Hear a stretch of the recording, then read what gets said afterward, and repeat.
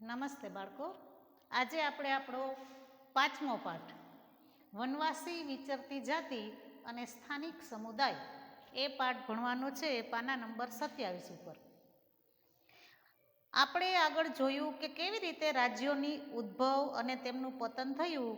આમ છતાં નગરો અને ગામોમાં નવી કળાઓ, હસ્તકળાઓ અને ઉત્પાદક પ્રવૃત્તિઓ વિકાસ થયો. આ સમયગાળામાં કેટલાક મહત્વપૂર્ણ રાજનૈતિક, સામાજિક અને આર્થિક પરિવર્તનો થયા, પરંતુ સામાજિક પરિવર્તન ઘણી જગ્યાએ એક સરખું ન હતું. વિવિધ સમાજ અલગ અલગ રીતે વિકસિત થયા. આવું શા માટે થયું તે સમજવું જોઈએ. આપણે આગળના પ્રકરણમાં જોયા કે રાજ્યોનો ઉદ્ભવ અને તેમનું પતન થયું. આમ છતાં નગરો અને ગામોની અંદર વિવિધ કળાઓ છે, હસ્તકળાઓ છે, એવી પ્રવૃત્તિઓનો વિકાસ થતો રહ્યો. સમયગાળો પસાર થતાં મહત્વપૂર્ણ રાજનૈતિક, સામાજિક અને આર્થિક પરિવર્તનો પણ આવ્યા, પરંતુ સામાજિક પરિવર્તન બધી જગ્યાએ એક સરખું આવ્યું નહીં. વિવિધ સમાજ અલગ અલગ રીતે વિકસિત થયા અને આ સમાજ છે એ શા માટે આવી રીતે અલગ અલગ રીતે વિકસિત થયા એ આપણે આ પાઠમાં આગળ ભણવાનું છે. જનજાતિઓ અને વિચરતી જાતિઓ મોટા શહેરો અને રાજ્ય વિસ્તારોથી દૂર સદીઓથી પોતાની સંસ્કૃતિ અને ઓળખને પ્રસ્થાપિત કરતો એક વિશિષ્ટ સમાજ પણ ભારતમાં વસતો હતો, જેને આપણે જનજાતિ સમુદાય કે વનવાસી સમુદાયથી ઓળખીએ છીએ. આ સમાજ એ સમયની સમાજ વ્યવસ્થાથી દૂર હતો. હવે રાજ્ય વ્યવસ્થા આપણે જોઈ, મોટા શહેરો કે રાજ્યોની અંદર જે સમાજ વિકાસ પામ્યો હતો એનાથી દૂર કેટલાક એવા વિસ્તારો હતા જ્યાં જનજાતીય સમુદાય છે એ વનવાસી એટલે કે જંગલમાં વસતો હતો. એવા સમુદાયો છે એ પોતે આ રાજ્ય કે શહેરથી દૂર હતા અને આ સમાજની અંદર પોતાની શાસન વ્યવસ્થા, પોતાના નિયમો અનુસાર આ સમુદાય છે એ પોતાની સંસ્કૃતિને આગળ વધારતો હતો. પ્રત્યેક જનજાતિના સભ્યો કબીલા પ્રથાથી એકબીજા સાથે જોડાયેલા હતા. આ જનજાતિના જે સમુદાય હતા એ કબીલા પ્રથાથી ઓળખાતા અને એકબીજા સાથે પોતે કબીલા પ્રથાથી જોડાયેલા હતા. તેઓ શિકારી, સંગ્રહખોર, પશુપાલક તરીકે તો થોડે ઘણે અંશે ખેતી દ્વારા પોતાનું જીવન પસાર કરતા. એ લોકો કેવા હતા તો કે શિકાર કરીને પોતાનું જીવન જીવતા, એટલે કે શિકારી, સંગ્રહખોર, જે કાંઈ વસ્તુ લઈ આવે એનો સંગ્રહ કરતા એને સંગ્રહખોર. પછી પશુપાલન પણ પોતે કરતા અને થોડે ઘણે અંશે ખેતી દ્વારા એ પોતાનું જીવન જીવતા હતા. જંગલ અને પ્રકૃતિ તેમના જીવન પર સૌથી વધુ અસર કરતા પરિબળો હતા. તેમના ઘરો પ્રાકૃતિક સંસાધનોથી જ બનેલા હતા. હવે જંગલ અને પ્રાકૃતિક જે વાતાવરણ હતું એ એના જીવન ઉપર ખૂબ મોટી અસર કરતા અને ખાસ કરીને આ પ્રાકૃતિક સંસાધનોમાંથી જે વસ્તુ મળે એનાથી જ એ પોતાના ઘરો બનાવતા હતા. આમાંની કેટલીક જાતિઓ એક જગ્યાએથી બીજી જગ્યાએ ભટકતી રહેતી. આવી જે જનજાતિના લોકો હતા એમાં કેટલીક જાતિઓ એવી હતી જે એક જગ્યાએથી બીજી જગ્યાએ ભટકતી રહેતી હતી, જેને આપણે વિચરતી કે વિમુક્ત જાતિ તરીકે ઓળખીએ છીએ. જે આ ભટકતી જાતિ હતી એને આપણે વિચરતી કે વિમુક્ત જાતિ તરીકે ઓળખીએ છીએ. જનજાતિના લોકો જમીન પેદાશો પર સંયુક્ત રીતે નિયંત્રણ રાખતા અને પોતાના બનાવેલા નિયમોના આધારે પરિવારોમાં તેની વહેંચણી કરતા. તેઓનું જીવન સામૂહિક સ્વરૂપનું હોવાથી તેમની અર્થવ્યવસ્થામાં પણ સામૂહિકતાનો સિદ્ધાંત જોવા મળે છે. જુદા જુદા સમુદાયમાં સામાજિક સમાનતા જોવા મળતી હતી. હવે જે આ સમુદાયો છે એ જમીન પેદાશો છે એ સંયુક્ત રીતે કામ કરતા અને સંયુક્ત રીતે જમીન પેદાશો હોય એની પોતે વહેંચણી કરતા અને પોતાના બનાવેલા નિયમો છે એ પ્રમાણે જ એ લોકો પોતાનું જીવન પસાર કરતા હતા. એટલે લગભગ આ સમુદાય છે એની અંદર સમાનતા જોવા મળતી હતી. ઉપખંડના વિવિધ ભાગોમાં ઘણી મોટી જનજાતિઓનો વિકાસ થયો. સામાન્ય રીતે તેઓ જંગલો, પહાડ, રણ અને દુર્ગમ જગ્યાઓ પર નિવાસ કરતા હતા. કેટલીક વાર તેમના કરતાં વધારે શક્તિશાળી સાથે તેમનો સંઘર્ષ પણ થતો. આમ છતાં જનજાતિએ પોતાની સ્વતંત્રતા ટકાવી અને સંસ્કૃતિને બચાવી રાખી. હવે આ જનજાતિના લોકો છે એ એવા પહાડો છે, જંગલો છે, રણ પ્રદેશ છે, એવા દુર્ગમ ખૂબ મુશ્કેલ વિસ્તારોની અંદર પોતાનું જીવન પસાર કરતા, ત્યાં રહેતા, એનો સમૂહ બનાવીને રહેતા.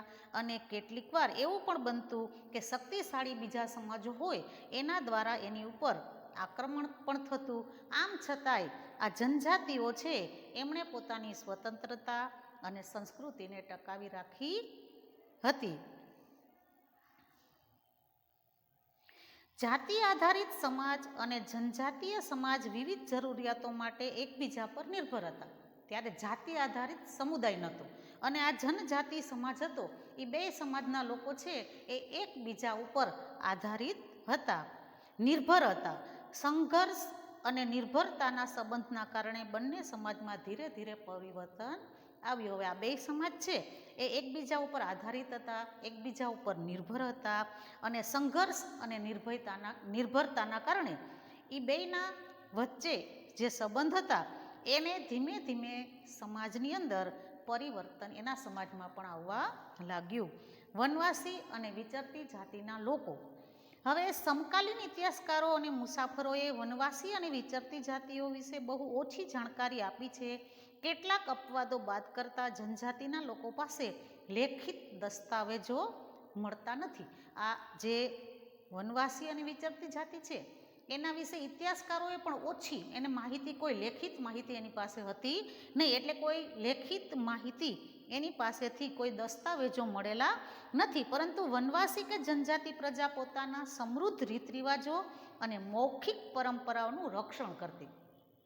એની પાસે એના એકદમ સમૃદ્ધ રીત રિવાજો હતા અને મૌખિક પરંપરા, એક એના જે વડીલો હોય એની પાસેથી જે કાંઈ પરંપરાઓ છે એ મૌખિક રીતે એના પછીની પેઢીને એ આપે એવી મૌખિક પરંપરાઓ માટે એ લોકો છે એ પોતાના આવી પરંપરાઓ માટેનું રક્ષણ કરવા માટે જાણીતા હતા.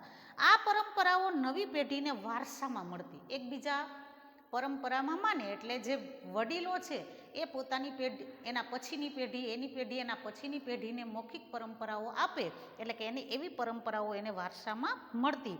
વર્તમાન ઇતિહાસકારો જનજાતિઓનો ઇતિહાસ લખવા માટે આવી મૌખિક પરંપરાનો પણ ઉપયોગ કરે છે. વર્તમાન ઇતિહાસકારો છે એ આવી જનજાતિનો ઇતિહાસ લખે એની અંદર આવી મૌખિક પરંપરાઓ જાણી અને એનો ઉપયોગ ઇતિહાસ લખવામાં કરે છે.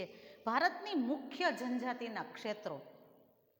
ભારતના મોટાભાગના વિસ્તારોમાં જનજાતિની વસ્તી જોવા મળે છે. જનજાતિનો વિસ્તાર અને પ્રભાવ સમયની સાથે બદલાતો રહેતો હતો. કેટલીક જનજાતિ ખૂબ શક્તિશાળી હોય મોટા પ્રદેશો પર નિયંત્રણ ધરાવતી હતી. કેટલીક જનજાતિઓ છે ખૂબ શક્તિશાળી હતી એટલે ખૂબ મોટા પ્રદેશ ઉપર પોતાનું નિયંત્રણ ધરાવતી હતી. જેમ કે 13મી અને 14મી સદી દરમિયાન પંજાબમાં ખોખર જનજાતિ, ગખ્ખર જનજાતિ મુખ્ય હતી. આ જનજાતિથી આવનાર કમાલ ખા ખખ્ખરને અકબરે મનસબદાર બનાવ્યા હતા. મોગલો પહેલાં મુલતાન અને સિંધમાં પણ લંઘા અને અર્ધુન જનજાતિઓનું આધિપત્ય હતું. ભારતના ઉત્તર પશ્ચિમ ભાગમાં બલોચ જનજાતિ સૌથી શક્તિશાળી જનજાતિ ગણાતી હતી. તે વિવિધ નેતા એટલે કે આગેવાનો ધરાવતા નાના નાના કુળોમાં વિભાજિત હતી. પશ્ચિમ હિમાલયમાં વસતી ગડી એટલે કે ગડરિયો નામની જનજાતિ મુખ્ય હતી. અને જ્યારે ભારતના ઉત્તર પૂર્વ ભાગમાં નાગા, કુકી, મિઝો, અહોમ આવી અન્ય જનજાતિઓ પણ વસતી હતી. તો ભારતના અલગ અલગ પ્રદેશોની અંદર આવી અલગ અલગ જનજાતિઓ છે એ વસતી હતી. હાલના બિહાર અને ઝારખંડના કેટલાક વિસ્તારોમાં 12મી સદી સુધી ચેર સરદારોનું આધિપત્ય હતું. હાલનું જે બિહાર અને ઝારખંડ છે ત્યાં 12મી સદીની આસપાસ કઈ જાતિનું વર્ચસ્વ હતું તો કે ચેર સરદારોનું આધિપત્ય હતું.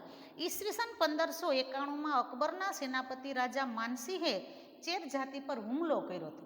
કઈ સદીમાં તો કે 1591ની અંદર અકબરના સેનાપતિ હતા માનસિંહ, એણે ચેર જાતિ ઉપર હુમલો કરી અને આક્રમણ કર્યું હતું, પરંતુ તેમને સંપૂર્ણપણે આધીન બનાવી શક્યા નહીં, એને સંપૂર્ણપણે હરાવી શક્યા નહીં. ઔરંગઝેબના સમયમાં પણ મુઘલ સેનાએ ચેર જાતિના ઘણા કિલ્લાઓ કબજે કરી તેમના પર પ્રભુત્વ સ્થાપિત કર્યું હતું. પછી ઔરંગઝેબ જ્યારે રાજા હતો ત્યારે પણ આ ચેર જાતિના ઘણા બધા કિલ્લા ઉપર એણે આક્રમણ કરી અને એના ઉપર પ્રભુત્વ સ્થાપિત કર્યું હતું. આ વિસ્તારની બે મહત્વની જનજાતિઓ મુંડા અને સંથાલ હતી. આ વિસ્તારની બીજી બે મહત્વની જાતિ કઈ હતી? તો કે મુંડા અને સંથાલ જાતિ હતી. આ જનજાતિઓ આ વિસ્તાર ઉપર ઓડિશા અને બંગાળમાં પણ રહેતી હતી. હવે આ જનજાતિઓ છે એ આ વિસ્તારમાં તો રહેતી જ હતી. આ ઉપરાંત ક્યાં રહેતી? તો કે ઓડિશા અને બંગાળમાં પણ રહેતી હતી. કર્ણાટક અને મહારાષ્ટ્રના પહાડી વિસ્તારોમાં કોળી, બોરાદ અને બીજી કેટલીક જનજાતિઓ રહેતી હતી. કર્ણાટક અને મહારાષ્ટ્રમાં કઈ જનજાતિ? તો કે કોળી અને બેરાદ એવી જનજાતિઓ રહેતી હતી. દક્ષિણ ભારતમાં કોરાગા, વેતર, મારવાર અને બીજી જનજાતિના લોકો મોટી સંખ્યામાં વસતા હતા. દક્ષિણ ભારતમાં કઈ જનજાતિ? તો કે કોરાગા, વેતર, મારવાર અને બીજી કેટલીક જનજાતિઓ વસતી હતી. ભીલ આ જનજાતિમાં સૌથી અગત્યના હતા. ભીલ જનજાતિ, આના વિશે તો આપણે પણ નામ સાંભળ્યું છે. તો ભીલ જનજાતિ છે એ સૌથી અગત્યના હતા, જે પશ્ચિમ અને મધ્ય ભારતમાં ફેલાયા હતા. ભીલ જનજાતિ છે એ પશ્ચિમ અને મધ્ય ભારતમાં ફેલાયેલી હતી. 16મી સદીના અંત સુધીમાં તેમના ઘણા ખેડૂત અને જમીનદાર તરીકે સ્થાયી થયા હતા. 16મી સદીના અંત સુધીમાં આ ભીલ જાતિના જો લોકો હતા એ ઘણા બધા લોકો ખેડૂત અને જમીનદાર તરીકે સ્થાયી, એક જગ્યાએ રહે એને સ્થાયી કહેવાય, સ્થાયી થયા હતા. જોકે કેટલાક ભીલકુળ શિકાર અને અન્ન સંગ્રહ સાથે જોડાયેલા હતા. કેટલાક કુળના લોકો હતા એ શિકાર કરતા અને સંગ્રહખોરી સાથે પણ જોડાયેલા હતા. હાલના છત્તીસગઢ, મધ્યપ્રદેશ, મહારાષ્ટ્ર અને આંધ્રપ્રદેશમાં ગોંડ લોકોની વસ્તી વધુ છે. હાલના જે આ રાજ્યો છે છત્તીસગઢ, મધ્યપ્રદેશ, મહારાષ્ટ્ર અને આંધ્રપ્રદેશ, એમાં ગોંડ લોકોની વસ્તી વધુ જોવા મળે છે. ગુજરાતમાં આરાસુરથી ડાંગની પૂર્વ પટ્ટીના વિસ્તારની જનજાતિઓ લગભગ 4 સદીથી આ પ્રદેશમાં પોતાની વિશિષ્ટ સમાજ વ્યવસ્થા અને સંસ્કૃતિને સાચવીને બેઠી છે તથા આધુનિક સમય સાથે કદમ મિલાવીને પ્રગતિ પણ કરે છે. આપણા ગુજરાતમાં આરાસુરથી ડાંગના પટ્ટી ઉપર કેટલીક જનજાતિઓ 4 સદીથી ત્યાં વસે છે અને આધુનિક સમયની સાથે પોતે કદમ મિલાવે છે. વિચરતી અને વિમુક્ત જાતિ. વિચરતી અને વિમુક્ત જાતિના લોકો પોતાના પશુઓ સાથે દૂર દૂર સુધી ફરતા રહેતા. તેમનું જીવન મોટાભાગે પશુપાલન પર આધારિત હતું. તેઓ સ્થાયી ખેડૂતો પાસેથી અનાજ, કપડાં, વાસણ અને અન્ય વસ્તુઓ માટે ઊન, ઘી વગેરે વસ્તુઓનો વિનિમય પણ કરતા હતા. કેટલીક વિચરતી જાતિઓ જાનવરો પર સામાન લાદી એક જગ્યાએથી બીજી જગ્યાએ લઈ જઈ વસ્તુઓની ખરીદ અને વેચાણ કરતી હતી. વિચરતી અને વિમુક્ત જાતિઓ. આ વિચરતી અને વિમુક્ત જાતિઓ છે એ ક્યાંય સુધી પોતાના પશુપાલન માટે સતત ભટકતું જીવન જીવતા હતા અને જ્યાં પોતે ભટકતું જીવન જીવતા જાય ત્યાં ખેડૂતો પાસેથી માલ સામાનની ખરીદી કરે અને એના બદલામાં પોતાના પશુઓનું દૂધ છે, ઊન છે એ એને આપે. આવી રીતના વસ્તુઓનું વિનિમય પણ કરતા હતા. અને કેટલાક જનજાતિના લોકો છે, વિચરતી વિમુક્ત જાતિઓ છે, એ જાનવો પર સામાન લાદી અને એક જગ્યાએથી બીજી જગ્યાએ લઈ જઈ વસ્તુઓનું ખરીદ વેચાણ પણ કરતા. જો વણઝારાની પોઠ, આવી રીતે એ લોકો બળદગાડા ઉપર પોતાની આખી સમુદાયને સાથે નીકળે અને એક જગ્યાએથી બીજી જગ્યાએ વસ્તુનો વિનિમય કરતા. એક જગ્યાએથી બીજી જગ્યાએ પોતાની વસ્તુઓ લઈ જતા અને લઈ આવતા.